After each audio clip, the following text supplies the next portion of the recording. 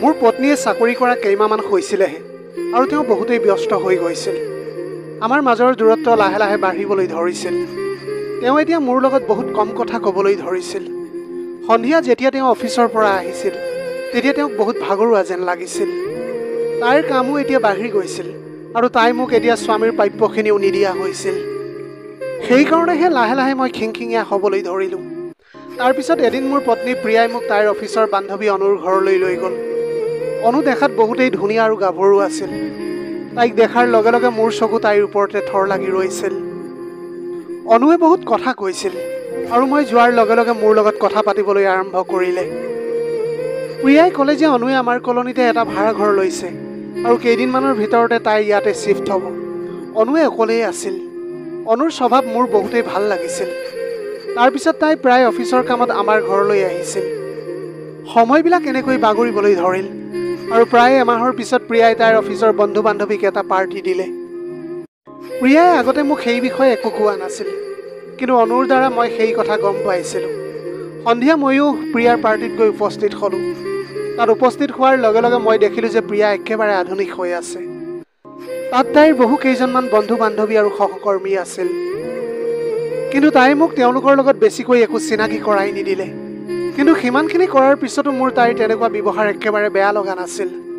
পাৰ্টিত অনুৱে সকলো সময়তে মোৰ ওচৰে পাজৰে আছিল। পাৰ্টিত প্ৰিয়াৰ অফিচৰ বছো আহিলে আৰু আহিয়েই মোৰ পত্নীক সাৱটি ধৰিলে।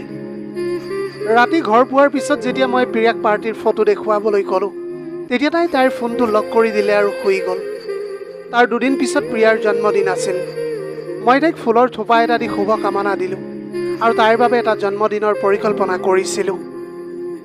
মই এতিয়া অনুক আমাৰ ঘৰলৈ মাতিছিলোঁ যাতে ঘৰখন সজাওঁতে তাই মোক অলপ সহায় কৰিবলৈ পাৰে।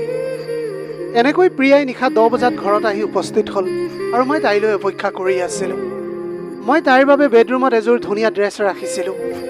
মই তাইক দেখাৰ লগে লগে ক'লোঁ যে ফ্ৰেছ হৈ সাজু হৈ আহা, আমি একেলগে কেক কাটিম। কিন্তু তাই ক'লে যে আজি মই বহুত কেক কাটিলোঁ আৰু মই একেবাৰে ভাগৰি গৈছোঁ। আৰু তেনেকৈ কৈ তাই নিজৰ কোঠালৈ সোমাই গ'ল। কিছু দেৰি পিছত যেতিয়া মই কোঠালৈ গ'লোঁ তেতিয়া দেখিলোঁ যে তাই শুই গৈছে। মই তাইৰ বাবে ইমানকৈ কোঠাটো সজাইছিলোঁ, কিন্তু তাই সেয়া মনেই নকৰিলে। মই মোৰ কোঠাৰ পৰা বাহিৰলৈ ওলাই আহিলোঁ। নাজানো কি ভাবি মোৰ মনটো একেবাৰে উদাস হৈ পৰিছিল। এতিয়া মোৰ মনটো বেয়া দেখি অনুৱে বুজি পাই গৈছিল যে মোৰ আৰু পত্নীৰ মাজত সকলো ঠিক হৈ থকা নাই বুলি। অনুৱে ক'লে, ৰোহন খং নকৰিবা, আজিতো পাৰ্টি হ'বই, ব'লা আজি আমি আমাৰ বন্ধুত্ব উদযাপন কৰোঁ। মই জনা নাছিলোঁ অনুৰ মগজুত তেতিয়া কি চলি আছিল। তাই পাকঘৰলৈ গৈ মোৰ কাৰণে কেক লৈ আহিল, য'ত হেপী বাৰ্থডে প্ৰিয়া লিখা আছিল। তাই তেতিয়া সেই কেকটো আঁতৰাই দি তাত ৰোহন অনু ফ্ৰেণ্ডশ্বিপ লিখি দিলে। তাই মোৰ হাতত ধৰি সেই কেক কাটিলে আৰু তাইৰ চকুত মোৰ বাবে এটা বিশেষ ভাৱনা আছিল।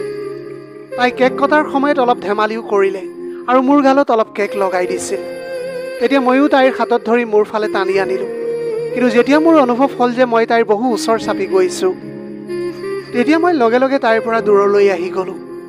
নিশা বহুত হৈ গৈছিল, সেইকাৰণে মই তাইক মোৰ বাইকেৰে ঘৰত থৈ অহাৰ কথাটো ভাবিলোঁ। প্ৰিয়াই এইবিলাকৰ বিষয়ে একো গমেই পোৱা নাছিল। মই অনুক তাইৰ ঘৰলৈ লৈ গ'লোঁ। বাইকৰ পৰা নামিয়ে অনুৱে ক'লে, ৰোহন, মোৰ এনেকুৱা লাগিছে প্ৰিয়া তোমাৰ বাবে ঠিক নহয়। তুমি এতিয়া মিছাতে কিয় তোমাৰ সময়কণ বৰবাদ কৰি আছা? মোৰ অনুৰ কথা পচন্দ নহ'ল, কাৰণ তাই তাইৰ বান্ধৱীৰ স্বামীৰ ফালে বেয়া দৃষ্টিৰে চাই আছিল। মই তাইৰ কথাত কোনো প্ৰতিক্ৰিয়া নকৰিলোঁ আৰু তাৰ পৰা গুচি আহিলোঁ। ঘৰ পাই দেখিলোঁ যে প্ৰিয়াই পানী খাবলৈ উঠিছে। মই তাইৰ ওচৰলৈ গ'লোঁ আৰু তাইক তাইৰ জন্মদিনৰ উপহাৰ দিলোঁ। মই তাইৰ নামৰ এটা সোণৰ লকেট আৰু এডাল সোণৰ চেইন বনাই আনিছিলোঁ। মই মোৰ হাতেৰে সেই চেইনডাল তাইৰ ডিঙিত পিন্ধাই দিলোঁ। তাৰপিছত মই তাইৰ লগত অলপ সময় কটাবলৈ চেষ্টা কৰিলোঁ, কিন্তু তাই মোৰ পৰা আঁতৰি গ'ল আৰু ক'লে, আজি বহুত ভাগৰি গৈছোঁ মই, পিছত কেতিয়াবা কথা পাতিম। তাৰপিছত তেনেকৈ কৈ তাই শুই গ'ল। এতিয়া মোৰ আৰু খং উঠিবলৈ ধৰিলে। প্ৰিয়াই এতিয়া চাকৰিত জইন কৰাৰ পিছত মোৰ স্বামীৰ অধিকাৰখিনিও নিদিয়া হৈ গৈছিল আৰু তাই মোক সময় দিবলৈ সাজু নাছিল। এতিয়া মোৰ এনেকুৱা অনুভৱ হৈছিল যে তাইৰ যেন স্বামীৰ কোনো প্ৰয়োজনেই নাই। এতিয়া সময় প্ৰায় এমাহ পাৰ হৈ গৈছিল। এতিয়া মই মোৰ পত্নীৰ লগত একেবাৰে সময় কটাবলৈ পৰা নাছিলোঁ আৰু মোৰ পত্নীৰ সেই কথাটোক লৈ কোনো মতলবেই নাছিল। তাইৰ এনেকুৱা আচৰণৰ পৰা মই এতিয়া নিজকে বুজাবলৈ চেষ্টা কৰিছিলোঁ। এতিয়া লাহে লাহে কিয় জানো মই অনুৰ প্ৰতি আকৰ্ষিত হ'বলৈ ধৰিছিলোঁ সেয়া মই বুজি পোৱা নাছিলোঁ। অনুৱে প্ৰায় 2-3 দিনৰ মূৰে মূৰে আমাৰ ঘৰলৈ আহিছিল আৰু মোক প্ৰিয়াৰ বিৰুদ্ধে কথা কৈছিল। পিছদিনা যেতিয়া মই অফিচলৈ যাবলৈ ওলাইছিলোঁ তেতিয়া মই প্ৰিয়াক ক'লোঁ, প্ৰিয়া, কেইদিনমানৰ ছুটি লৈ লোৱা। ময়ো ছুটিৰ বাবে কথা পাতিছোঁ, ভাবিছোঁ কেইদিনমান তোমাৰ লগত সময় অতিবাহিত কৰিম। প্ৰিয়াই তেতিয়া ক'লে, মই ছুটি ল'বলৈ নোৱাৰোঁ, অফিচত বহুত কাম আছে। মই তেতিয়া ক'লোঁ যে কি তোমাৰ বছে যোৱা কেইবছৰমানৰ পৰা তোমাৰ ওপৰত অলপ বেছিয়েই কামৰ বোজা জাপি দিয়া নাইনে বাৰু? প্ৰিয়াই ক'লে, যিয়েই কামৰ বাবে যোগ্য তেওঁৰ ওপৰতেই এই কাম বেছি হয়। আৰু ইফালে মোৰ বছৰ দৃষ্টিত মই কামৰ বাবে যোগ্য। মই প্ৰমোচন আৰু দৰমহা বেছি বিচাৰোঁ, সেয়েহে মই বছৰ কথা শুনিবই লাগিব। মই এতিয়া তাইৰ কথাত খং নকৰি বৰঞ্চ তাই কামৰ দায়িত্বৰ কথাহে বুজিলোঁ। চাওঁতে চাওঁতে আৰু এমাহ পাৰ হৈ গ'ল। পিছৰ মাহৰ প্ৰথম দিনটোতেই মোৰ জন্মদিন আছিল আৰু মোৰ সম্পূৰ্ণ বিশ্বাস আছিল যে প্ৰিয়াই মোৰ কাৰণে কিবা এটা ছাৰপ্ৰাইজ প্লেন নিশ্চয় বনাই থৈছে বুলি। মোৰ জন্মদিনৰ ৰাতিপুৱা অনুৱে মোৰ কোঠাৰ সন্মুখত ফুলৰ থোপা লৈ থিয় হৈ আছিল। মোৰ পত্নীয়ে সকলোতকৈ প্ৰথমে মোক জন্মদিনৰ শুভেচ্ছা জনাব বুলি ভাবিছিলোঁ। মই অনুক সুধিলোঁ, তুমি মোৰ জন্মদিনৰ কথা কেনেকৈ গম পালা? নিশ্চয় তোমাক প্ৰিয়াই কৈছে। তেতিয়া অনুৱে মিচিকাই হাঁহি মাৰি ক'লে, নাই ৰোহন, মই তোমাৰ ছ'চিয়েল মিডিয়াৰ একাউণ্টত আছোঁ, তাৰ পৰাই মই তোমাৰ জন্মদিনৰ কথাটো গম পালোঁ। সেইদিনা ৰাতিপুৱাও প্ৰিয়াই মোক জন্মদিনৰ শুভেচ্ছা নজনালে। সন্ধিয়া অনুৱে মোক ফোন কৰি 4 বজাত ঘৰলৈ মাতিছিল। মই ভাবিলোঁ যে প্ৰিয়াই অনুৰ লগত মিলি কিবা এটা নিশ্চয় ছাৰপ্ৰাইজ প্লেন বনাইছে। সেইকাৰণে মই আধা ছুটি কৰি ঘৰলৈ আহি গৈছিলোঁ। অনুৱে মোক তাইৰ ঘৰলৈ মাতিছিল। যেতিয়া ঘৰ পালোঁ তেতিয়া দেখিলোঁ যে অনুৱে একেবাৰে সাজু হৈ আছিল। তাই এযোৰ চুটি কাপোৰ পিন্ধি আছিল, য'ত তাইক বহুত ধুনীয়া লাগি আছিল। যেতিয়াই মই ভিতৰলৈ গ'লোঁ তেতিয়াই মোৰ গাত গোলাপৰ পাহি ছটিয়াই দিলে। মই এইবিলাক দেখি একেবাৰে সুখী হৈ পৰিছিলোঁ। কিন্তু যেতিয়া মই ভিতৰলৈ সোমাই গ'লোঁ তেতিয়াহে গম পাইছিলোঁ যে এইবিলাক প্ৰিয়াৰ নহয়, আচলতে অনুৰহে প্লানিং আছিল। অনুৱে এতিয়া মোৰ জন্মদিনটো বিশেষ কৰিবলৈ ভালেখিনি টকা খৰচ কৰিছিল। তাইৰ নিজৰ কামৰ পৰা ছুটি লৈছিল আৰু মই ভালপোৱা ভালেমান ব্যঞ্জন ৰান্ধিছিল। মই তাইৰ পৰিশ্ৰমক আওকাণ নকৰিলোঁ আৰু সুখ মনেৰে তাইৰ লগত জন্মদিন পালন কৰিছিলোঁ। এনেকৈ বহু দেৰি হোৱাৰ পিছত মই অনুক ক'লোঁ যে মই এতিয়া ঘৰলৈ যাব লাগিব। যেতিয়াই মই অনুৰ ঘৰৰ পৰা ওলাবলৈ লৈছিলোঁ তেতিয়াই প্ৰিয়াৰ ফোন আহিলে আৰু তাই ক'লে যে আজি মই ঘৰলৈ আহিবলৈ নোৱাৰিম। মোৰ অফিচত বহুত কাম আছে আৰু ৰাতি মই মোৰ এগৰাকী বান্ধৱীৰ ঘৰতেই থাকিম। সেই সময়ত মই স্পষ্টকৈ বুজি উঠিছিলোঁ যে প্ৰিয়াৰ নিজৰ স্বামীৰ জন্মদিনক লৈ কোনো গুৰুত্ব নাই। আৰু তাইৰ সেয়া কথাটো শুনি এতিয়া মোৰ বহুত খং উঠি গৈছিল। অনুৱে সেইবিলাক দেখি মোৰ হাতত ধৰিছিল আৰু মোক তাইৰ বেডৰুমলৈ লৈ গ'ল আৰু ক'লে, ৰোহন, তুমি প্ৰিয়াৰ বিষয়ে ইমান কিয় ভাবি থাকা? তাই কামত ব্যস্ত থাকিলেও তোমাৰ বান্ধৱীয়ে তোমাৰ জন্মদিন বহুত ভালকৈ পালন কৰিছে। এতিয়া খং কৰাৰ কোনো প্ৰয়োজন নাই। যেতিয়া অনুৱে মোৰ হাতত ধৰিছিল তেতিয়া মোৰ মনত নানা ধৰণৰ বিচাৰ বিবেচনা আহিবলৈ ধৰিলে। অনুক সঁচাকৈ বহুত ধুনীয়া লাগিছিল আৰু মই সঁচাকৈয়ে আগতে তাইক তেনেকুৱা চকুৰে চোৱা নাছিলোঁ। অনুৱে বহুত দেৰিলৈকে সেই চুটি ড্ৰেছযোৰ পিন্ধি আছিল। এতিয়া তাই সেই ড্ৰেছযোৰ পিন্ধি মোৰ ওচৰে পাজৰে ঘূৰি আছিল আৰু তেতিয়াই তাইৰ মোবাইলটো হাতৰ পৰা পৰি গ'ল। এনেকুৱা লাগিছিল যেন তাই নিজেই জানি বুজি তেনেকুৱা কৰিছে। তাই তেতিয়া তৎক্ষণাত তললৈ খাউলি মোবাইলটো উঠাবলৈ ধৰিলে আৰু তাইৰ গোপন অংগ প্ৰদৰ্শন কৰিবলৈ ধৰিছিল।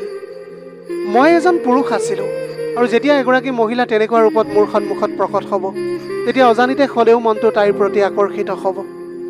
সেই সময়ত মই তাইক দেখি নিজকে ৰখাব পৰা নাছিলোঁ।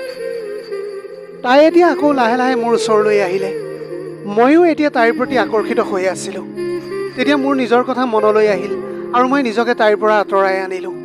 মই ক'লোঁ, অনু, তুমি এইবিলাক কি কৰি আছা আৰু মোকো এইবিলাক কৰিবলৈ কিয় বাধ্য কৰি আছা? অনু, মই মোৰ পত্নীক বহুত ভাল পাওঁ। তেতিয়া অনুৱে ক'লে, ঠিক আছে ৰোহন, মই তোমাক কেতিয়াও কোনো বস্তুৰ কাৰণে একো নকওঁ। যেতিয়া তুমি বিচৰা তেতিয়া তুমি মোৰ লগত কথা পাতিবলৈ আহিবলৈ পাৰিবা। অনুৰ কথাৰ অৰ্থ মই বহুত ভালকৈ বুজিবলৈ পাৰিছিলোঁ। প্ৰিয়াই পিছদিনাও ঘৰলৈ আহি মোক জন্মদিনৰ শুভেচ্ছা নজনালে। মই তেতিয়া নিজেই গৈ তাইক ক'লোঁ, প্ৰিয়া, কালি মোৰ জন্মদিন আছিল আৰু তুমি মোক শুভেচ্ছাও নজনালা। তাই তেতিয়া লগে লগে উত্তৰ দিলে, জন্মদিন আছিল তাতেনো কি হ'ল? জন্মদিনটো প্ৰতি বছৰেই আহি থাকে, তাতনো বিশেষ বুলিবলৈ কি আছে? এগৰাকী পত্নীয়ে যদি এবাৰ তেওঁৰ জন্মদিনৰ কথা পাহৰি যায় তাতনো ইমান কথা কোৱাৰ কি প্ৰয়োজন আছে? মই এতিয়া প্ৰিয়াক তেনেকুৱা একো কথাই কোৱা নাছিলোঁ যাৰ পৰা তাইৰ ইমান খং উঠিব। তথাপিও তাই মোৰ ওপৰত খং কৰিছিল। তাইক শান্ত কৰিবলৈ মই তাইৰ ওচৰলৈ যাবলৈ চেষ্টা কৰিলোঁ আৰু তাইৰ লগত সময় কটাবলৈ চেষ্টা কৰিছিলোঁ।